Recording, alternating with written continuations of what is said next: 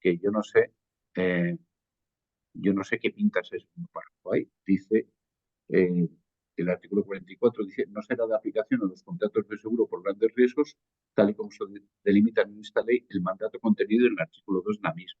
Y digo, ¿qué pinta esto? Pues la exclusión de riesgos extraordinarios. O sea, no he sido capaz nunca de verle relación. Entonces, da la sensación de que esa modificación se metió bastante a capón. Bueno, pues es el momento de poner un poco de orden. Y yo ya no voy a añadir nada más, le voy a dar la palabra a mis queridos compañeros de despacho.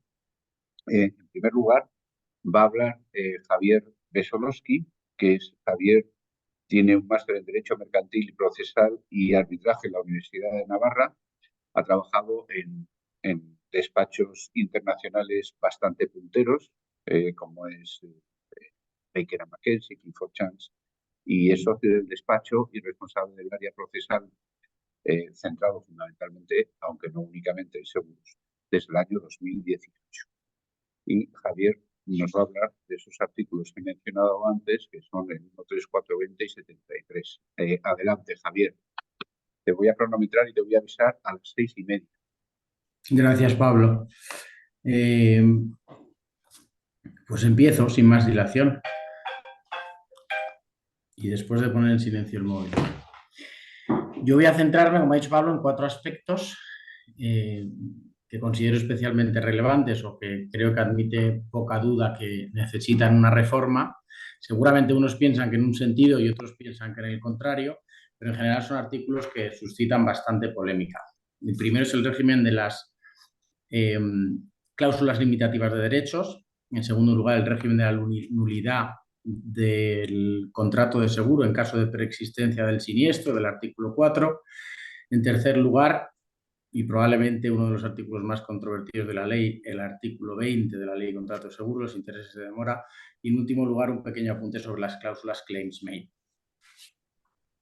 Voy a compartir.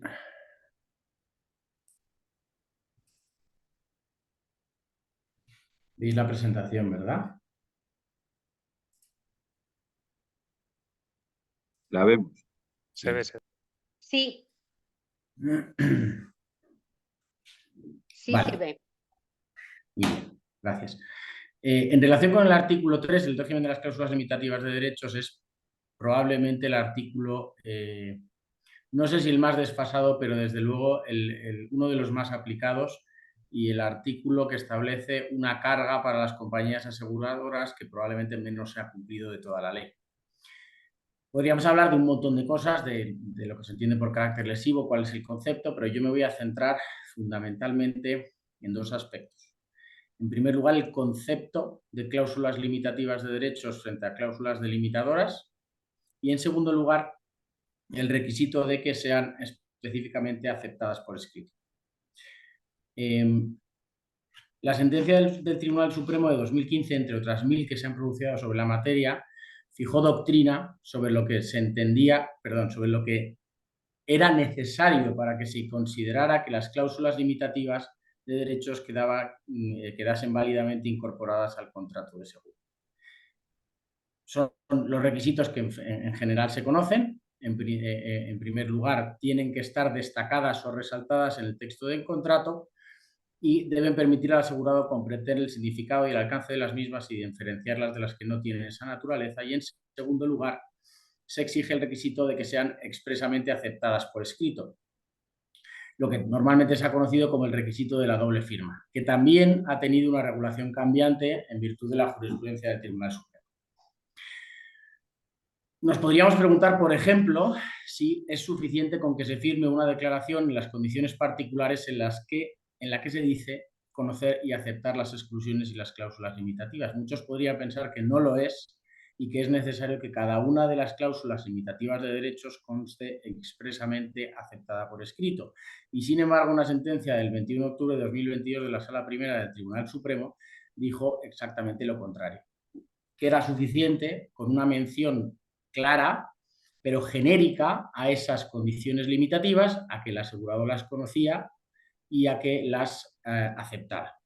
Y ya está. Sin embargo, todos sabemos que hay muchísimas sentencias que disponen exactamente lo contrario, es decir, que exigen una doble firma como tal en cada una de esas cláusulas. Esto es una póliza de seguros, las condiciones generales de una póliza de seguros de accidentes. Y aquí se contiene en el artículo 2 de esas condiciones generales una serie de exclusiones, hay muchísimas más que estas, probablemente había 3 o 4 páginas, pero me he centrado en esta primera página. Nos podemos plantear si es suficiente, si se pueden considerar que están resaltadas estas condiciones, estas exclusiones que vemos aquí. Y lo normal se podría entender que sí, porque con resaltadas la jurisprudencia en general admite que estén en negrita esas cláusulas. Sin embargo, el artículo primero de esas mismas cláusulas, de esas mismas condiciones, es este. Este artículo establece las coberturas, es decir, lo contrario, no las exclusiones y las coberturas, y también está resaltado, con lo cual podría entenderse que en este caso la negrita no vale, porque todo el contrato está en negrita, con lo cual haría falta destacarlo de una manera distinta. No sabemos exactamente cómo se deben destacar esas cláusulas, pero es evidente que deben destacar sobre las condiciones contrarias, es decir, sobre las coberturas. Entrando ya en el concepto de delimitador y delimitativo, ha sido calificado tradicionalmente como una cuestión difícil, porque hay una delgada línea roja que las separa. El profesor Veiga, experto en derecho de seguros, define las estipulaciones delimitadoras del riesgo como cláusulas que tienen por finalidad delimitar el objeto del contrato, de modo que se concrete en qué riesgos son objeto del contrato de seguro, en qué cuantía, durante qué plazo y en qué ámbito espacial. Por el contrario, las cláusulas limitativas de derechos válidamente constituidas son las que permitirían limitar, condicionar o modificar el derecho del asegurado y, por tanto, la indemnización cuando el riesgo objeto del seguro se hubiera producido. Se ha dicho también que en el plano teórico, el propio Tribunal Supremo en sus sentencias generalmente dice que en el plano teórico esta distinción parece más o menos clara, pero a la hora de decidir caso por caso la cuestión se vuelve bastante compleja. Hasta el punto en el que la Sala Segunda del Tribunal Supremo, que es la Sala de lo Penal, que no brilla por su precisión en cuestiones atinentes al derecho civil, lógicamente, manifestó en una sentencia 14 de noviembre que una cláusula de delimitación de riesgo es al mismo tiempo una limitación de derechos. Es decir, que es una cosa y la contraria, introduciendo una confusión que es evidente. Por su parte, la sentencia ya de la Sala de lo Civil de 2013, 25 de noviembre, indicaba que las cláusulas limitativas se dirigen a condicionar o modificar el derecho del asegurado y, por tanto, la indemnización cuando el riesgo objeto del seguro se hubiera producido. Esto es coherente con esa definición que veíamos del profesor Veiga. Pero, de nuevo, vayamos a un caso práctico. Esto es una cláusula de una póliza de responsabilidad civil que establece una garantía adicional que cubría la responsabilidad civil subsidiaria que pudiera atribuirse al asegurado por daños personales, materiales y perjuicios consecutivos ocasionados a terceras personas por los subcontratistas del asegurado. La garantía, se dice ahí, queda supeditada a la concurrencia de una serie de requisitos. Que las empresas subcontratistas sean declaradas en sentencia judicial firme civilmente responsables. Que quede acreditada la insolvencia de la empresa subcontratista. Que esa empresa subcontratista no tenga suscrita ni en vigor ninguna póliza que les ampare contra los riesgos de la responsabilidad civil dimanente de su actividad. Es decir, que se declara cubierto un riesgo, pero a continuación se condiciona a un triple requisito cumulativo.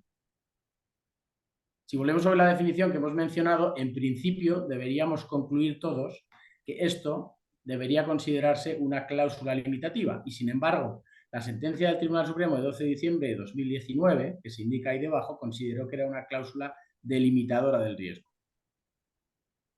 Aquí tenemos otros 3 ejemplos. En la exclusión, muy típicos además. La exclusión de cobertura del seguro de responsabilidad civil en el caso de conducción bajo los efectos de alcohol o de drogas. La exclusión en un seguro de responsabilidad civil de circulación de vehículos a motor de los daños provocados a terceros por el conductor cuando el conductor no tenga carné. Y la exclusión de daños por heladas en un seguro de hogar, evidentemente daños por heladas provocados en el hogar.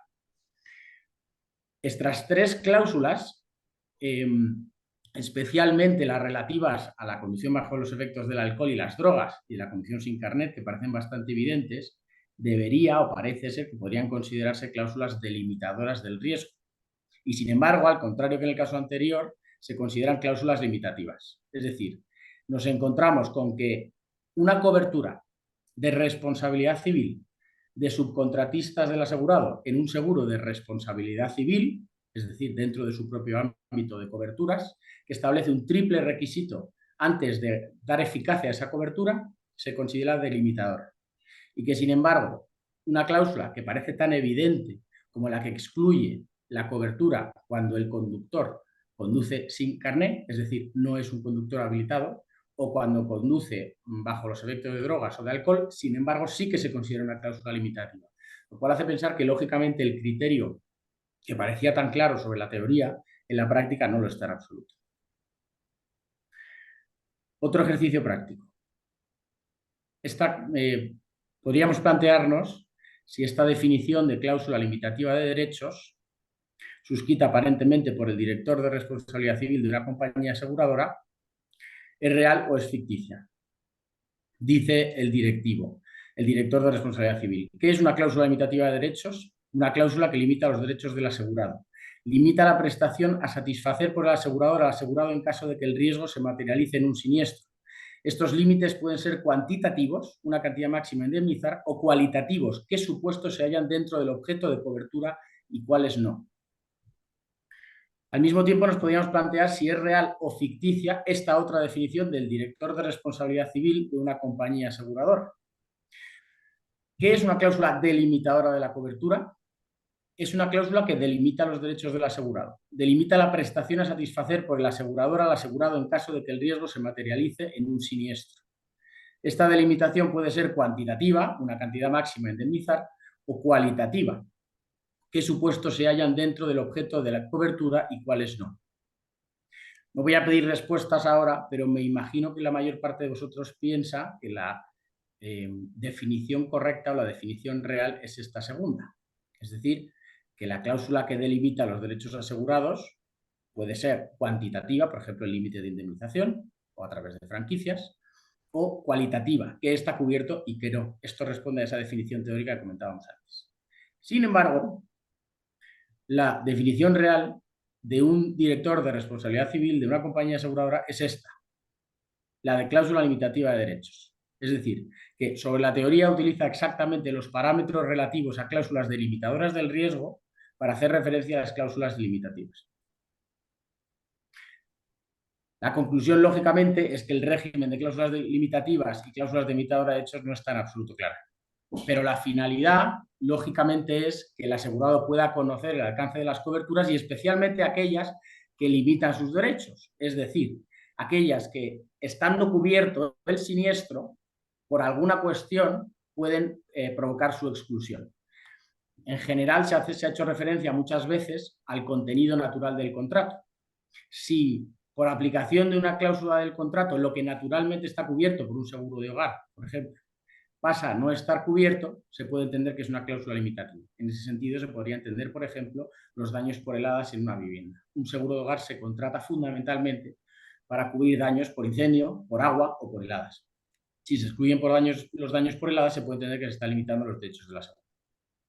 Debe partirse necesariamente en esta regulación nueva que se propone en esa reforma de que las condiciones generales, por ejemplo, no se leen ni mucho menos se firman. Yo no sé si conocéis a alguien que haya firmado y haya cumplido ese requisito de la doble firma en las pólizas de seguro. Yo no, a día de hoy no lo conozco. Y mucho menos de manera manuscrita hoy en día, cuando todas las pólizas se suscriben prácticamente por internet, casi todas, o telefónicamente. Habría que plantearse también si no desprotege al asegurado este requisito en un escenario en el que, por ejemplo, a través de plataformas de firma electrónica como Signaturit, estableciendo un cambio en los parámetros de firma y en la programación de la aplicación, se podría hacer que pulsando el asegurado o el tomador y procediendo a la firma, aparecieran 58 firmas en cada página, en todas las cláusulas limitativas, y eso no garantizaría en absoluto haber leído y mucho menos haber comprendido el contrato. Lo que se propone, o se ha propuesto muchas veces, lógicamente, es que se tiene que ir a la práctica, y en la práctica lo que se tiene que pretender es la simplificación de los clausulados. y la incorporación de las cláusulas limitativas a las condiciones particulares, cuestión que en general ya ha exigido el Tribunal Supremo también. Es decir, para garantizar que los asegurados conocen las cláusulas particulares, las cláusulas limitativas, pasarlas a las condiciones particulares y no dejarlas en las condiciones generales, que por ser generales no son leídas, y como no son leídas no pueden limitar los derechos del asegurado. Otra opción sería, por ejemplo, el IPI, el documento de información previa sobre el producto de seguro, que sí que establece y sí que va en esa línea de simplificar los condicionados, que formara parte de la carátula de las condiciones particulares del seguro para facilitar su lectura. También se ha manifestado, por ejemplo, la posibilidad de establecer un plazo para que el asegurado, el tomador, pueda preguntar al asegurador por las cláusulas limitativas. Yo creo que eso no es correcto, no es adecuado, porque si ese plazo se pasa, ¿qué supondría? Entonces el asegurado o tomador ya no puede manifestar nada con respecto a las cláusulas limitativas de derechos. Bueno, lo dejamos ahí para que se le dé una vuelta, pero es evidente que el régimen no está claro, ni en la jurisprudencia, ni mucho menos en la ley. Javier, ya llevas 15 minutos para tu información. Fenomenal. Pues voy a intentar exponer todo lo demás en un minuto o en dos. Sobre la nulidad del contrato de seguro en caso de siniestro previo a la contratación. Esto es muy sencillo. El artículo 4 de la ley de contrato de seguro establece que este será nulo, el contrato de seguro, salvo los casos previstos por la ley, si en el momento de su conclusión no existía el riesgo o había ocurrido el siniestro. Esto plantea problemas, por ejemplo, en el seguro decenal, precisamente previsto para daños que muchas veces aparecen como ocultos o son vicios ocultos y que se manifiestan con posterioridad, pero que ya se han producido y cuya causa existe con anterioridad a la conclusión del contrato. Por muchos es sabido que en la Ley de Navegación Marítima se permite, en los seguros marítimos, el aseguramiento de siniestros que ya han producido, siempre y cuando el siniestro sea desconocido, especialmente para el asegurado. Este mismo régimen entendemos que se debería trasladar al artículo 4 de la ley de contrato de seguro. Lo importante es el riesgo, la aleatoriedad, que consiste en que las partes, y especialmente el asegurado, insistimos, desconozcan que se ha producido un siniestro. Si no lo sabe, no hay ningún problema. Lo mismo sucede con los seguros de prestación, los seguros de asistencia sanitaria, con los seguros de vida. Sobre los intereses de demora del artículo 20, voy a terminar con este artículo. Se podría decir mucho. Ya he dicho antes que probablemente es el artículo más polémico de toda la ley del contrato de seguro. Como sabemos, el régimen es que, producido el siniestro e incumplido el deber del asegurador de pagar la indemnización en el plazo de 40 días una vez recibida la declaración del siniestro por parte del asegurado y la información necesaria para su tramitación, los intereses que debe abonar el asegurador son equivalentes al interés legal incrementado en un 50% durante los 2 primeros años desde la producción del siniestro, y a partir del tercer año, cuando comienza el tercer año, es decir, tras 2 años, no podrá ser inferior ese interés al 20%. Este artículo ha sido criticado fundamentalmente por las compañías aseguradoras, como cabía esperar, por estos intereses, por lo elevados que son. Y esto nos lleva directamente al origen de la ley de contrato de seguro. En el año 1980, en los años previos, incluso en los años posteriores, los intereses rozaron cifras astronómicas. Estuvieron en el 13, en el 15, en el 17%, de tal manera que, de hecho, los 2 primeros años ocurría exactamente lo contrario de lo que sucede ahora. Incrementaron un 50%, superaban el 20%. Muchos se preguntan si ya con los tipos de interés que tenemos actualmente es necesario que se mantengan un interés tan elevado. No voy a pronunciarme yo sobre si debe quedarse o no en el 20%. Podría a lo mejor bajarse, pero también se podría plantear si los 2 primeros años no debería ser más elevado el interés también, porque es evidente que las compañías de seguros son maestras, por su propia actividad, en la gestión de la tesorería y en la rentabilización de sus activos líquidos y de la tesorería que le generan las primas. Y es evidente que es necesario un mecanismo que haga que las compañías de seguros cumplan con su única obligación, que es el pago de los siniestros.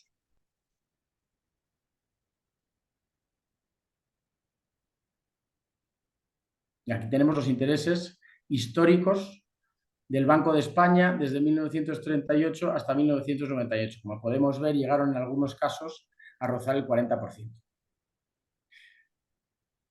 Se ha planteado, para terminar ya, la posibilidad de que se establezcan dos modalidades. Originalmente, en el debate parlamentario de la ley de contrato de seguro, se hizo referencia a que solo sería de aplicación este interés en los casos de mala fe por parte del asegurador, es decir, cuando existía una intención directa de la compañía de no pagar el siniestro a pesar de conocer que estaba cubierto y de saber a cuánto ascendía los daños indemnizables. La realidad es que en la práctica es imposible, es muy difícil demostrar si hay mala fe por parte de la compañía aseguradora a la hora de no pagar. Si se está intentando forzar un acuerdo beneficioso para la compañía y perjudicial para el asegurado, o cuál es la razón por la que no se paga. Y por eso en la práctica se ha endurecido la aplicación por los tribunales y prácticamente no se conocen excepciones a la aplicación del artículo 20 cuando un tribunal decide en contra del criterio del asegurador que el siniestro sí que estaba cubierto. Se podría plantear, por tanto, dos modalidades en las cuales el tribunal podría condenar a unos intereses elevados, pero no tanto si entiende que no está justificada la actuación de la compañía aseguradora y si entiende que lo que ha habido es mala fe e intencionalidad en la falta de pago, es decir, no una negligencia, una falta de diligencia simplemente, entonces sí podría haber una condena en toda su extensión, incluso por encima del 20%. No sabemos si cambiará esta regulación, pero desde luego ha traído polémica. No voy a comentar nada más para poder dejar tiempo a mis compañeros. Muchas gracias. Gracias, Javier, por la brevedad de tu exposición. Te correspondían 15 minutos y solo has consumido 20. Vamos bastante bien, porque siempre tiene que darse 5 minutos de cortesía. Vamos con nuestro siguiente ponente, que curiosamente tiene un nombre que me resulta familiar, se llama Pablo Veslowski también, como yo. Y Pablo es licenciado en Derecho, también es licenciado en Dirección y Administración de Empresas, está especializado en seguros desde el año 2011, posee un profundo conocimiento de la normativa de seguros y una amplia experiencia en el asesoramiento de seguros en multinacionales, esquemas de distribución de seguros, tramitación de siniestros, etcétera. Pablo ha trabajado también en despachos internacionales como Clifford Chance y sobre todo en el departamento jurídico de AIG, que es una de las aseguradoras líderes. Pablo nos va a hablar de, como he dicho antes, de unos cuantos artículos, pero van a ser solo 3, que es el 8 sobre el derecho de rectificación, el presunto derecho de rectificación, como ahora explicará él, y los artículos controvertidos 14 y 15 de la prima. Adelante, Pablo. Muchas gracias, Pablo, por la presentación. También muchas gracias al CAI por organizar el evento. Y bueno, y muchas gracias a vosotros. Veo muchas caras conocidas por aquí, todas ellas de gente muy ocupada. O sea que se agradece que estéis aquí un jueves por la tarde atendiendo a esta conferencia sobre artículos polémicos de la ley de contrato de seguro. No vamos a abordar todos los artículos polémicos, pero sí los que consideramos los más relevantes. Yo también voy a proyectar una presentación, a ver si lo consigo. A ver.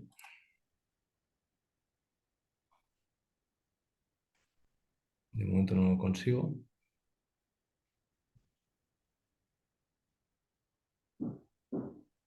Perdonad, porque es que yo soy de Teams. Sí.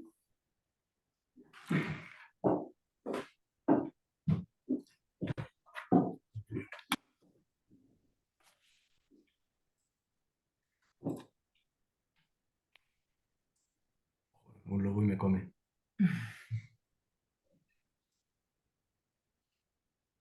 Es esta. No, pon la pantalla 3 mejor, porque se va a saltar aquí ahora. Sí, ahora. ¿Se ve ya? Sí, ineficacia de la proposición. Vale. Bueno, Sí. ahora quiero poner en modo pantalla completa, ¿sabes cómo se pone?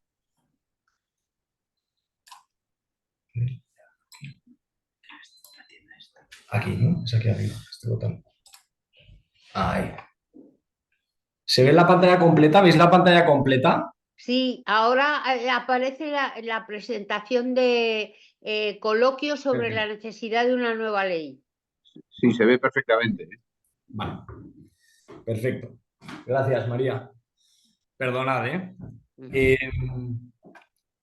Pues nada, sin más dilación, empezamos con el primero de los artículos, que es el artículo 8. El artículo 8, como sabéis, es un artículo bastante largo y no vamos a dedicarnos a disertaciones sobre todo el artículo, sino sobre el último párrafo, que dice así: si el contenido de la póliza difiere de la proposición de seguro o de las cláusulas acordadas, el tomador del seguro podrá reclamar a la entidad aseguradora en el plazo de un mes a contar desde la entrega de la póliza para que subsane la divergencia existente. Transcurrido dicho plazo, y esto es lo mollar, transcurrido dicho plazo sin efectuar la reclamación, se estará lo dispuesto en la póliza. Bien. El primer comentario que yo creo que merece este artículo es que choca casi frontalmente con el espíritu de la ley de contrato de seguro. La ley de contrato de seguro no tiene una exposición de motivos que explique, ¿no? Los objetivos y las finalidades de la ley, pero claramente se puede desprender de su articulado que uno de esos objetivos, uno de los principales sin duda, es la protección del tomador y del asegurado. ¿Y por qué rompe un poco con ese espíritu? Porque de alguna manera va a permitir, este artículo permite a la aseguradora revocar, aunque sea parcialmente, revocar la oferta, la proposición de seguro, que es una oferta, ahora hablaremos un poco de qué es la oferta, ¿no? Revocar parcialmente los términos de su proposición de seguro, sujeto evidentemente, como acabamos de leer, a que el tomador no reclame dentro de un periodo de tiempo determinado, que es de un mes, no reclame esa divergencia y no exija que se rectifique, ¿vale? Lo que pasa es que, claro, la manera en la que está redactada el artículo acaba disfrazando, de alguna manera, como derecho del tomador lo que realmente es un beneficio, a mi juicio, indebido de la aseguradora. Para entender con precisión esta problemática es importante tener claro cómo es el mecanismo de aceptación que se contempla en este artículo. Este artículo establece un mecanismo de aceptación que ya aparece en el Código Civil y que es muy frecuente, que se llama la aceptación por, el consentimiento prestado por concurrencia, dice el Código Civil, concurrencia de oferta y aceptación. Es decir, el tomador, la aseguradora emite una proposición de seguro que contendrá, lo normal es que contenga los términos esenciales del acuerdo, en mayor o en menor medida, pero lo esencial: coberturas, capitales, quién es el asegurado, ámbito temporal, ámbito espacial, etcétera. Eso lo suelen incorporar. Como digo, la aseguradora emite esa oferta, que es vinculante durante 15 días, y el tomador, si dentro de ese periodo de 15 días la acepta, pues ya está. En ese momento, el contrato de seguro se ha perfeccionado. Y os preguntaréis, bueno, pero ¿y no hay que esperar a que se entregue la póliza? No, no hay que esperar a que se entregue la póliza. De hecho, el propio artículo lo dice expresamente. ¿Y hay que esperar a que se pague la prima? Tampoco hay que esperar a que se pague la prima, ¿vale? El contrato despliega efectos desde que se acepta la oferta. Y este mecanismo de concurrencia de oferta, proposición, lo llama la ley de contrato de seguro, de oferta y aceptación, es muy común tanto en el mercado asegurador como fuera del mercado asegurador. O sea, cuando uno se va al Corte Inglés a comprarse una camiseta, no va al dependiente del Corte Inglés y el dependiente le ofrece un contrato de compra-venta por virtud del cual el Corte Inglés se compromete a entregar la camiseta y el comprador se compromete a abonar el precio. Se hace, pues, uno ve la oferta, ¿no? El precio que está publicado en el estante donde se encuentre la prenda que se quiera comprar y simplemente la paga y ya está. esto mismo, en esencia, es lo que se está regulando en el artículo 8. Un poquito más complejo porque el contrato de seguro pues, es bastante más complejo que la compraventa de una prenda. Pero en esencia es lo mismo. Entonces, teniendo en cuenta que el contrato se está perfeccionando cuando se acepta la oferta, lo que parece muy chocante y contrario a la naturaleza de la aceptación es que en un momento posterior, que es cuando la aseguradora entrega la póliza, donde ya vendrán con exhaustividad todos los términos y condiciones de ese seguro, como digo, que en ese momento la aseguradora pueda socavar, pueda reducir, pueda modificar o pueda suprimir algunas de los elementos que contiene la oferta, que además normalmente la oferta o proposición de seguro contiene los elementos esenciales. No puede contener también accesorios, pero siempre lleva los esenciales. Y luego es que el plazo que da el tomador, claro, pues uno puede decir, bueno, pero el tomador dispone de un plazo de un mes para revisar esa póliza, ¿no? y determinar si hay una equivalencia de términos o si hay alguna contradicción entre los términos de la póliza y los de la oferta. Lo que pasa es que, claro, aquí nos topamos con que el seguro es un contrato complejo por su propia naturaleza, porque se pretende cubrir un riesgo que es contingente, que puede ocurrir o no, y hay que prever en qué situaciones ese riesgo puede surgir o puede no surgir. En fin. Entonces, para un tomador no siempre es sencillo determinar si la oferta y el seguro, si la proposición y el seguro coinciden, ¿no? Pensemos que, por ejemplo, por un contrato de seguro que probablemente tengamos todos suscritos, ¿no? Un seguro de automóviles, el seguro obligatorio. Es que hay pólizas, yo he visto pólizas de seguro obligatorio de automóviles de 70 páginas. Claro, tú dile a una persona, a un joven de 22 años que se acaba de comprar un coche, que contrata su póliza, que cómo es posible que no se haya leído la póliza de 70 páginas para detectar que en la página 57, el apartado C3, se estaba modificando uno de los términos de la oferta, ¿no? No veo que tenga mucho sentido y veo que choca mucho, insisto, con la dinámica que sigue esta ley, que es bastante proteccionista, y se puede estar de acuerdo o no, pero es bastante proteccionista de los derechos del tomador y del asegurado.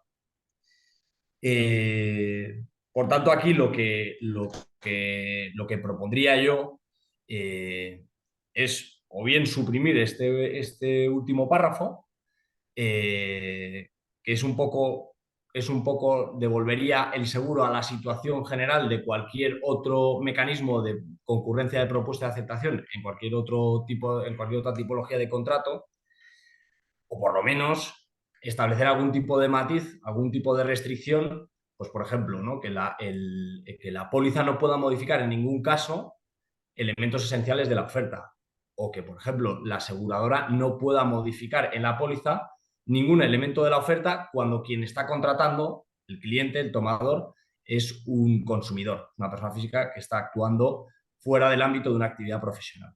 Eso es lo mínimo que se podría decir. Con esto voy a pasar al siguiente artículo que quiero comentar. Pablo, no sé qué tal voy de tiempo, porque no he mirado cuando he empezado. Yo sí me he mirado, no te preocupes, que yo te aviso cuando me esté aburriendo y quiera que le des la palabra al siguiente ponente. Fenomenal, fenomenal. Además, el siguiente ponente seguro que es mucho más divertido que yo. Vale. El siguiente artículo que quiero comentar muy por encima, porque es un detalle pequeñito, es el artículo 14. Perdón que me esté girando, pero no sé por qué me aparece el artículo en esta pantalla y entonces me tengo que girar. El tomador del seguro, dice el artículo, el tomador del seguro está obligado al pago de la prima en las condiciones estipuladas en la póliza. Si se han pactado primas periódicas, la primera de ellas será exigible una vez firmado el contrato. Si en la póliza no se determina en ningún lugar, bueno, el último inciso no nos interesa. Nos interesa mucho la parte que está subrayada, ¿no? Dice, si se han pactado primas periódicas, pues lo normal es porque es un contrato de renovación automática, de prórroga automática, pues se han pactado primas periódicas. La primera de ellas será exigible una vez firmado el contrato. A ver, acabamos de comentar, hablando del artículo anterior, del artículo 8, el contrato de seguro no es un contrato que esté sujeto a forma. La forma no es constitutiva del contrato. Eso lo que quiere decir, ¿no? Volviendo al ejemplo de la compra de la camiseta en el Corte Inglés, yo no necesito firmar por escrito un contrato de compra-venta con el Corte Inglés, ¿vale? Pues aquí ocurre lo mismo, ¿vale? El contrato de seguro es un contrato consensual. Entonces, su eficacia no está condicionada a que el contrato revista una forma determinada. De hecho, bueno, hay muchos contratos de seguro que se conciertan, por ejemplo, de manera oral, de manera telefónica, ¿vale? Otra cuestión es que si no se utiliza una vía escrita, el modo escrito, o se utiliza cualquier otro soporte duradero, haya dificultades en probar la existencia y los términos de ese contrato, ¿vale? Pero bueno, eso es una problemática distinta en la que no nos vamos a meter ahora por cuestiones de tiempo. Entonces, claro, el contrato de seguro es un contrato consensual. No está sujeto a forma. No es necesario que la póliza esté emitida. Ni siquiera es necesario que haya nada por escrito, ¿vale? Aunque sí es verdad que la ley establece una serie de formalidades que no inciden en la eficacia global del contrato, por así decirlo. Es decir, el contrato no tiene por qué estar por escrito, insisto, y puede ser eficaz, aunque sí que es verdad que hay algunos requisitos formales que establece la ley que sí condicionan o pueden afectar en parte a esa eficacia, ¿vale? El ejemplo más claro, que ya lo ha comentado Javier, es la necesidad de que el tomador acepte expresamente por escrito las cláusulas limitativas de los derechos del asegurado. Eso no afecta a la eficacia del contrato como tal. El contrato de seguro nace a pesar de que el tomador no haya firmado esas cláusulas, pero si no las ha aceptado expresamente, la consecuencia es que el asegurador no las va a poder invocar contra el asegurado. También establece otras formalidades, como por ejemplo la obligación de entregar la póliza por escrito al tomador. Pero esas, insisto, no afectan a la eficacia. Entonces, siguiendo esta lógica, no se entiende muy bien por qué la ley condiciona la exigibilidad del pago de la prima por parte de la aseguradora a que la póliza esté firmada. ¿Por qué? Si no tiene, la póliza no se tiene que firmar. Entonces, si la póliza no se tiene que firmar, no tiene sentido condicionar el pago que la aseguradora puede exigir el pago de la prima a que el contrato esté firmado. Más aún si tenemos en cuenta que firmar algo es un acto personalísimo. Entonces, no se puede obligar físicamente a alguien a que firme algo. Entonces, si sigues con la lógica de este artículo en su tenor literal, te lleva a que, oye, ¿y si el tomador no quiere firmar la póliza? ¿Qué pasa? ¿Que la aseguradora nunca va a poder exigir el pago de la prima?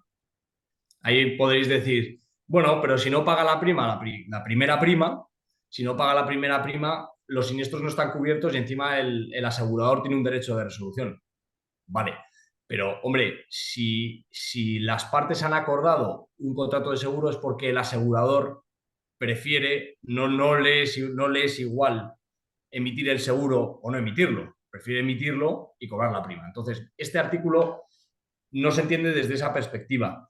Probablemente se deba simplemente a una imprecisión en su redacción, y lo que se quiere decir realmente es que la primera prima es exigible cuando el contrato entra en vigor o cuando comienza el primer periodo de seguro.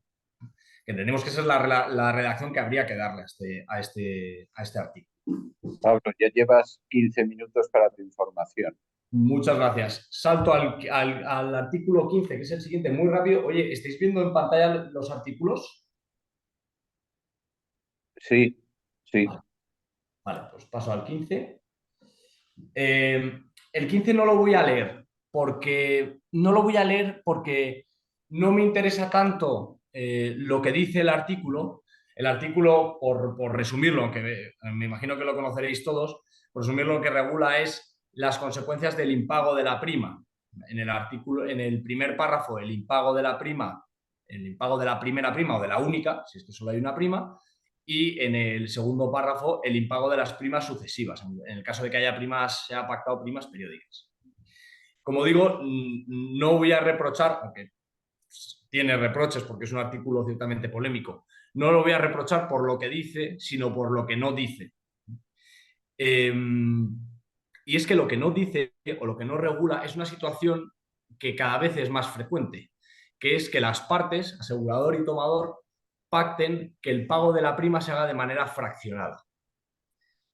Esto es una realidad cada vez más frecuente y además tanto en contratos de seguro B2B, o sea, para empresarios, donde el tomador es un empresario, una empresa, como en contratos con consumidores.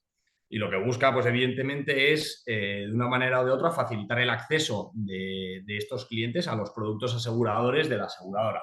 La lógica comercial es evidente y su uso se ha extendido muchísimo a lo largo del tiempo. Y es precisamente ese uso masivo que se hace de estos acuerdos de fraccionamiento de la prima lo que ha generado una litigiosidad enorme. O sea, este es un punto uno de los puntos donde probablemente más sentencias hayan recaído.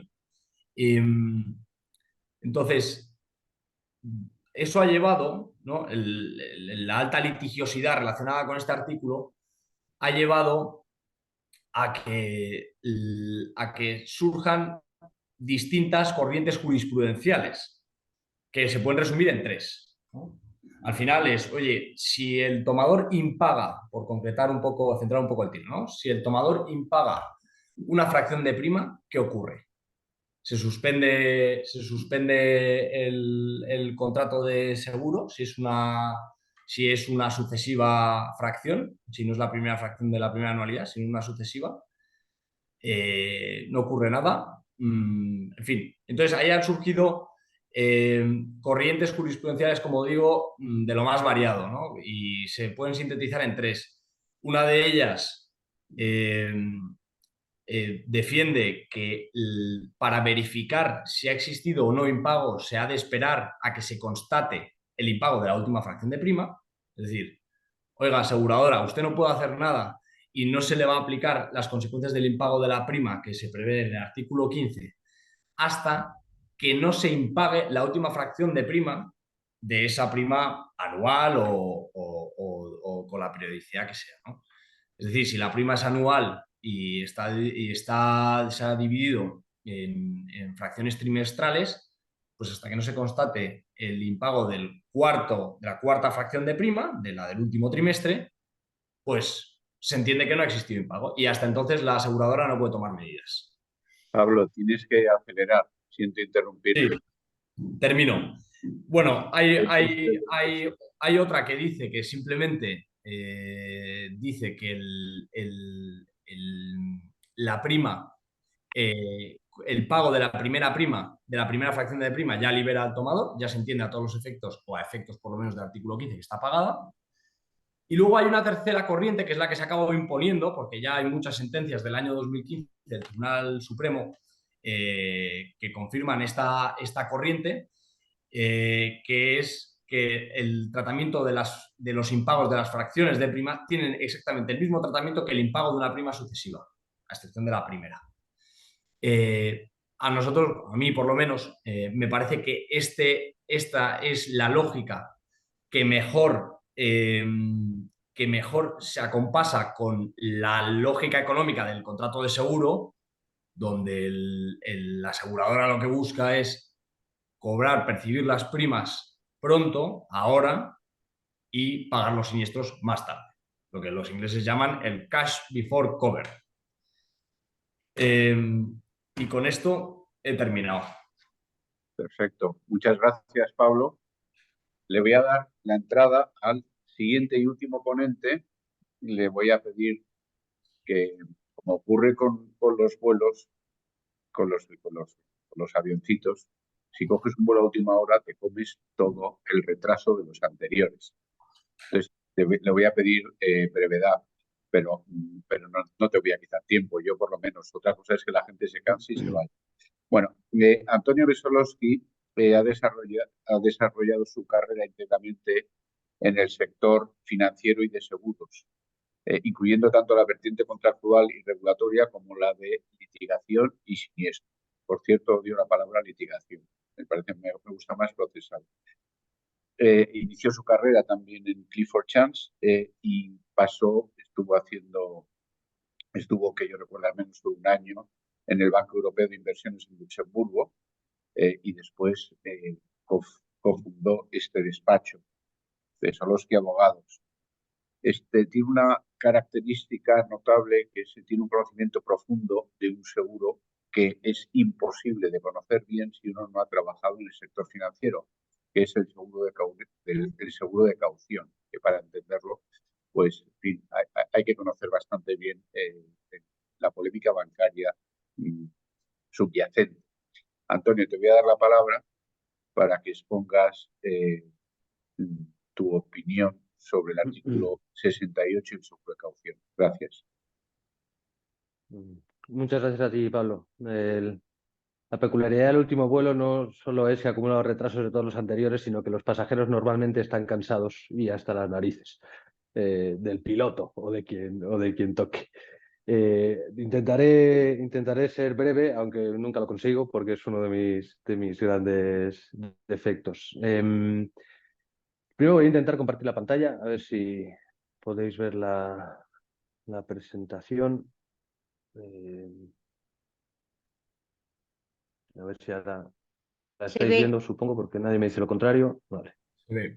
Y ahora voy a ver si la consigo poner en grande.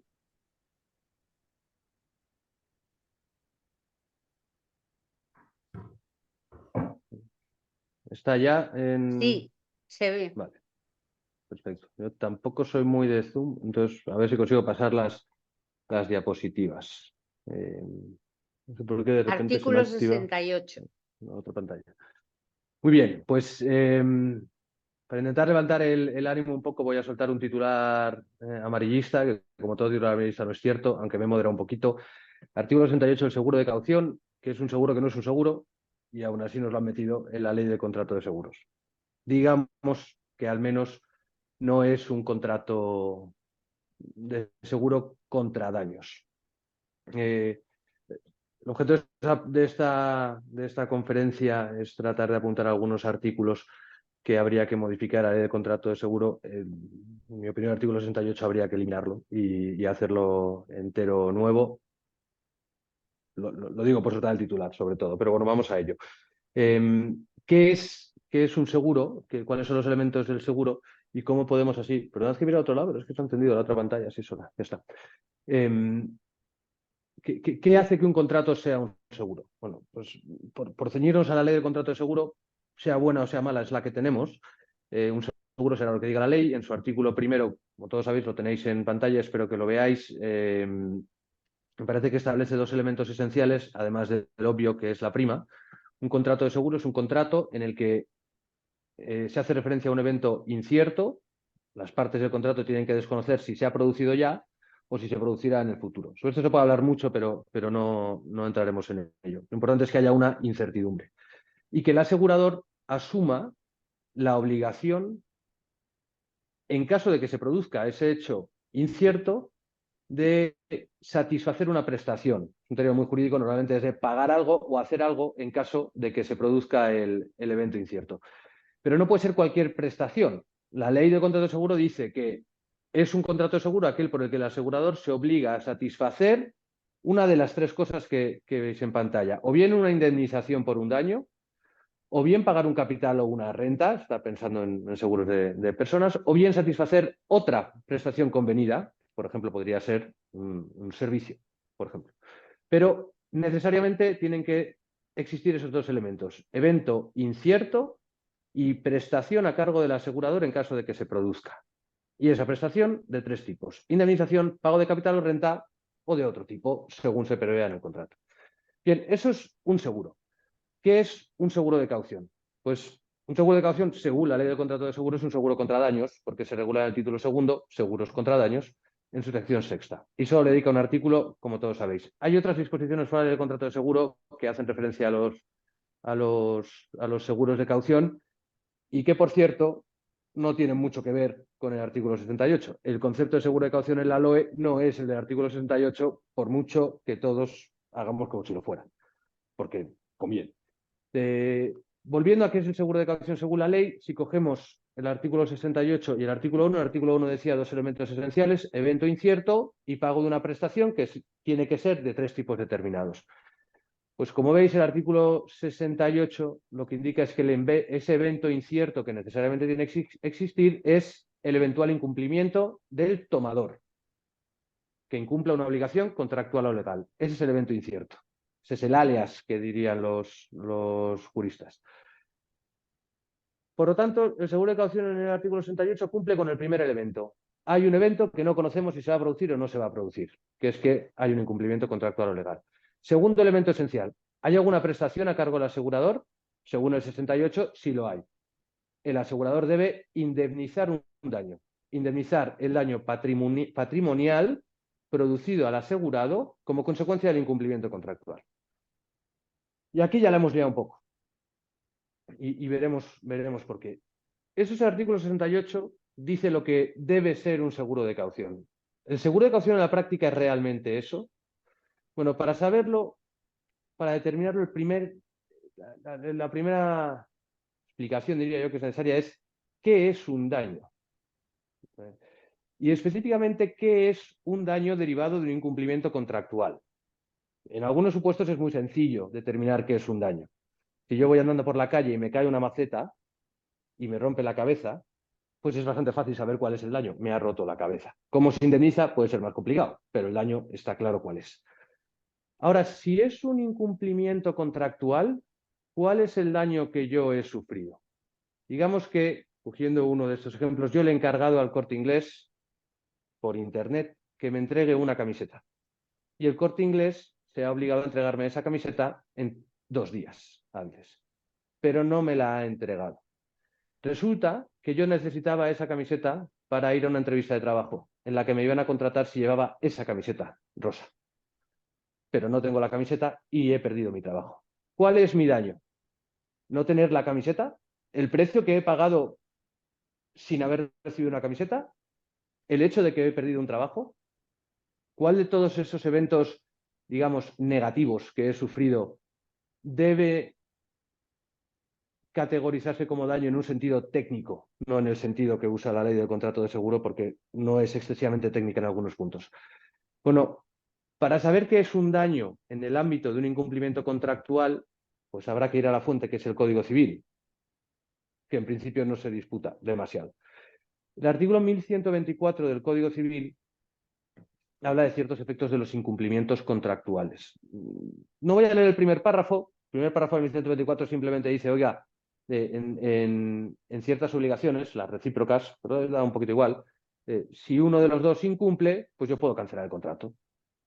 El que no haya incumplido, evidentemente. Pero luego me dice, oiga, si usted no ha incumplido el contrato, usted puede cancelarlo, pero también puede exigir el cumplimiento. Y además, en los dos casos, puede pedir daños. Ah, ¿qué quiere esto decir? Que el cumplimiento o la falta de cumplimiento del contrato no es un daño. Lo que es un daño es lo que derive causado por ese incumplimiento. En el ejemplo de la camiseta del Corte Inglés, el hecho de que el Corte Inglés no me entregue la camiseta no necesariamente me supone un daño, en sentido técnico. Lo que supone es que ha incumplido y la prestación que me debe no me la ha entregado. Pero la falta de entrega de la prestación, usted no me ha dado lo que me tenía que dar, no es un daño, en sentido técnico. El daño es que yo he perdido un puesto de trabajo porque no podía llevar la camiseta que tenía que llevar. Probablemente no sería un puesto de trabajo como abogado, a lo mejor era un puesto de trabajo, yo qué sé, para vender salchichas en una esquina en la que te exigían una camiseta rosa. Y si usted no tiene una camiseta rosa, no puede vender las salchichas. Pues ya no puedo vender las salchichas. Eso es culpa del Corte Inglés. Eso es el daño. El hecho de que yo no tenga la camiseta no es un daño, es una falta de prestación. Entonces, si eso lo ponemos al lado del artículo 68, que dice el asegurador se obliga a indemnizar el daño en caso de incumplimiento, pues en el caso del Corte Inglés, si hubiera tenido un seguro de caución, el asegurador tendría que indemnizarme por haber perdido mi trabajo, porque eso es el daño. Pero no me indemnizaría por no tener la camiseta. Es decir, no me devolvería el precio. O no me daría el dinero equivalente suficiente para comprarle la camiseta a Zara. Porque eso es el cumplimiento de la prestación.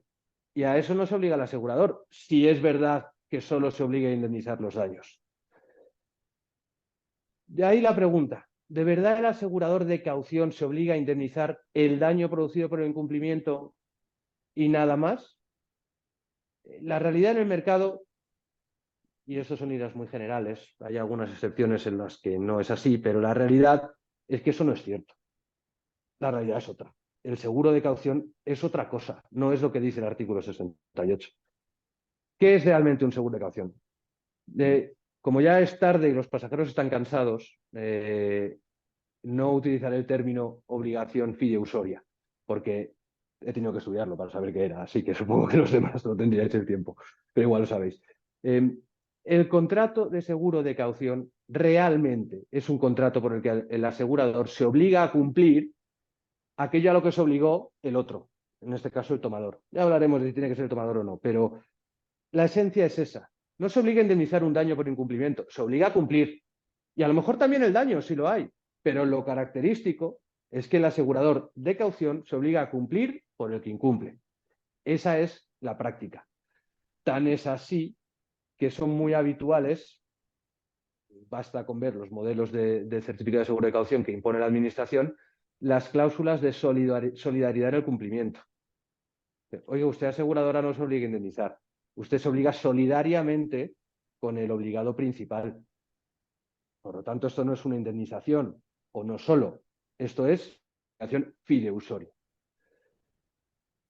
A cualquiera le puede parecer un debate hasta cierto punto irrelevante, y lo es hasta cierto punto irrelevante, pero quedémonos con la idea de que para los abogados y los juristas es bastante claro que no es lo mismo obligarse a indemnizar en caso de incumplimiento que obligarse a cumplir por otro. No es lo mismo. Lo primero sí sería en sentido técnico y puro un seguro de caución. Me obligo a indemnizar por un incumplimiento. Lo segundo, obligarse a cumplir por el que ha incumplido, se llama garantía o aval, que por cierto es el término que muy habitualmente se usa en el mercado de seguro de caución. Aval. ¿Por qué? Porque es la realidad, no es un seguro de caución.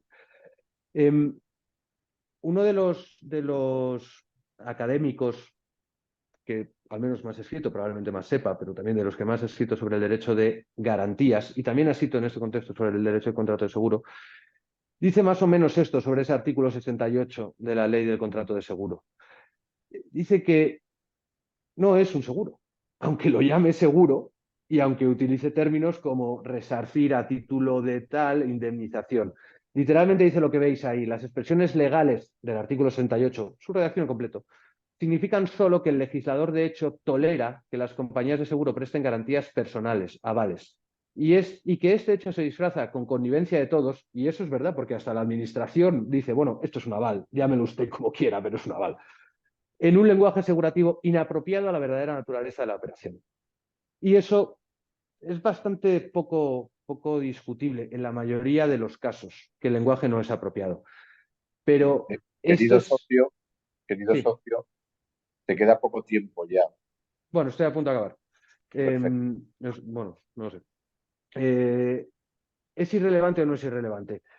Es que no es una mera discusión semántica o jurídica, aunque es bastante irrelevante porque la realidad es que, como siempre, el mercado ha sabido superar los obstáculos que por impericia o por desconocimiento le ha puesto el legislador con ese artículo 68. Pero hay una realidad que también creo que se percibe en el mercado, que es que el seguro de caución, cuando se compara con el aval bancario, sigue siendo el hermano pequeño. Venga, dime usted un aval, no, un seguro de caución. Bueno, venga, vale, un seguro de caución. Es bastante habitual, es el hermano pequeño, el hermano feo casi. ¿Y por qué? En parte es desconocimiento de la figura, pero creo que en buena medida se debe a la falta de claridad y precisión técnica en la regulación de este seguro. Son muchos potenciales beneficiarios no asegurados bastante sofisticados que llevan esto a su asesoría jurídica y dicen, bueno, es que no entiendo qué es esto. Esto es un seguro, es un aval, no lo es, funciona igual, me da las mismas garantías, me da las mismas coberturas, me va a funcionar igual. Es imposible de saber atendiendo a lo que dice el contrato de seguro, entre otras cosas, porque no dice prácticamente nada. Y lo que dice, en muchos casos, lo dice mal. Entonces, algunas propuestas sobre qué podría hacer el legislador. En nuestra opinión, la primera es que el legislador reconozca que el seguro de caución no es ni un seguro de daños ni un seguro de personas. Esto no va ni de indemnizar daños ni desde luego es un seguro de personas. Y que coja la regulación del seguro de caución y la lleve a otro título de la ley, o directamente a una norma separada, como hacen en muchos otros países, por ejemplo México, que tiene seguros incluso de caución, por un lado, y fianzas por el otro. Y aquí en España lo que usamos realmente son fianzas, no seguros de caución. Otra opción u otra propuesta acumulativa es eliminar el que es al menos aparente requisito de que el tomador del seguro tiene que ser siempre el obligado, porque así lo dice el 68. ¿Y por qué tiene que ser así? Si yo soy el beneficiario y le compro la camiseta al Corte Inglés, el Corte Inglés podrá o no darme un seguro, pero si yo quiero comprarme uno por mi cuenta para el caso de que incumpla el Corte Inglés, ¿por qué no puedo ser yo el tomador de esa póliza, pagar la prima y que me indemnicen, entre comillas, en caso de que incumpla el Corte Inglés? No debería haber ningún problema, pero la ley no lo contempla. No voy a entrar muy en detalle en todas estas propuestas, pero en general son que el legislador pierda el miedo a tratar al seguro de caución o darle un régimen más propio de las garantías personales, porque es lo que es en realidad, y eliminar, o al menos modular, pero con rigor, disposiciones que con la ley en la mano son aplicables al seguro de caución, pero que no tienen ni pies ni cabeza. Que el seguro de caución es seguro contra daños, le aplican las disposiciones comunes del seguro contra daños y las de cualquier otro contrato de seguro. No tiene sentido. ¿Tiene sentido aplicarlo en seguro de caución? Artículo 10, restricción por incertidumbre de la declaración del riesgo del tomador. No tiene ningún sentido. Oiga, si yo soy el beneficiario del aval y resulta que usted le mintieron al asegurador en sus cuentas, bueno, pues el problema no puede ser mío, tendrá que ser de usted, no me va a rescindir la póliza a mí por ese motivo. La agravación del riesgo ya es que es un tema increíble. Pretender rescindir un seguro porque se agrava el riesgo, ya que el tomador está a punto de entrar en concurso, y dice, bueno, oiga, es que precisamente para eso quiero el seguro. Es como si me dice usted que tengo un seguro que me cubre el impacto de rayo y en el momento en el que se nubla el cielo me dice, rescindo, que igual que un rayo. Yo lo que quiero es que me cumpla este señor. Si me rescinde en el momento en el que hay un concurso, hemos hecho un pan con las tortas. Lo mismo es aplicable de la disminución. Siento interrumpirte, pero vamos ya muy mal de tiempo y tenemos que dejar unos minutos por si hay preguntas. Sí. Si puedes concluir. Voy a concluir. O ir concluyendo. Voy a concluir. Esto de coger el seguro de caución y regularlo de verdad como lo que es una garantía personal, en la mayoría de los casos al menos, de hecho ya lo ha hecho el Supremo en algunos casos. No son muchos, pero llama la atención esta sentencia que veis en la diapositiva de 966-2003 de 21 de octubre, en el que el Tribunal Supremo, sin ningún rubor, coge las disposiciones aplicables a la fianza en el Código Civil y se las calza tal cual a un contrato de seguro. La aseguradora dijo, oiga, el 1843 del Código Civil prevé que el fiado, es decir, el tomador en nuestro caso, está obligado a liberarme de la caución en caso de agravamiento del riesgo. En lo que dice el Código Civil no es agravamiento del riesgo, es en caso de concurso o que no haya cumplido. Que no me exijan, pero yo creo que me liberen. Eso lo dice el Código Civil, pero es para el fiador, no es para el asegurador. El Tribunal Supremo lo aplicó igualmente y permitió coger el régimen de las fianzas, garantías personales y aplicarse al seguro de caución. ¿Por qué? El seguro de caución en realidad es una garantía personal, no un seguro, aunque lo podamos maquillar. He concluido, lo siento, me he pasado. Estás en silencio, Pablo, creo que. Sí, gracias, muchas gracias, Antonio. Y ahora vamos a conceder la palabra a la audiencia por si alguien quiere preguntar algo. No es obligatorio preguntar, pero si alguien quiere preguntar algo, estaremos encantados de intentar responder a la pregunta siempre que sea fácil.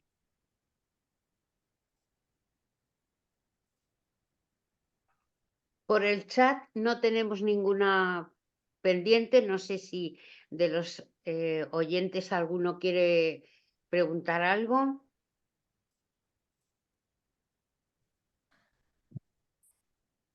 Demasiada información en muy poco tiempo. Efectivamente. De todas formas, muchísimas gracias porque ha estado interesantísimo. De hecho, nos hemos pasado bastante en tiempo, son ya 20 casi, y todavía hay 20 y tantas personas, o sea que ha debido de ser muy interesante para todos los asistentes. Aún así, pues si no hay preguntas, nada más que agradeceros mucho. Y Pablo, cierras tú también como secretario del club. Muy bien. Bueno, pues muchísimas gracias a todos. Soy consciente de que los temas que hemos tratado algunos son muy técnicos. Esto da para mucho más ahora, desgraciadamente. Bueno, hemos intentado reflexionar un poco sobre aquellos artículos que nos parecen controvertidos. No hemos agotado el número de artículos que nos parecen controvertidos. Esperamos que os haya parecido interesante, al menos interesante la intervención. Estamos a vuestra disposición aquí, ahora o después por email para aclarar cualquier cuestión que se os haya suscitado. Muchísimas gracias otra vez por vuestra asistencia, y a los que no seáis socios del CAI, os animo a serlo, porque por una cuota bastante modesta se tiene acceso a eventos muy interesantes. No lo digo tanto por este, que también, sino porque, sí, pues como ha comentado Ana al principio, se hacen actividades culturales y del mundo del seguro y del mundo del deporte muy interesantes. Muchísimas gracias a todos. Muchas gracias. Muchas Fantástico, gracias. fantástico Muchas a los gracias. 4. Buenas tardes, muchas gracias. Buenas tardes a todos. Pues, Buenas. Muchas gracias. Buenas tardes. Lo hemos grabado, ¿eh? Os enviaremos y lo pondremos Gracias, en Ana. internet.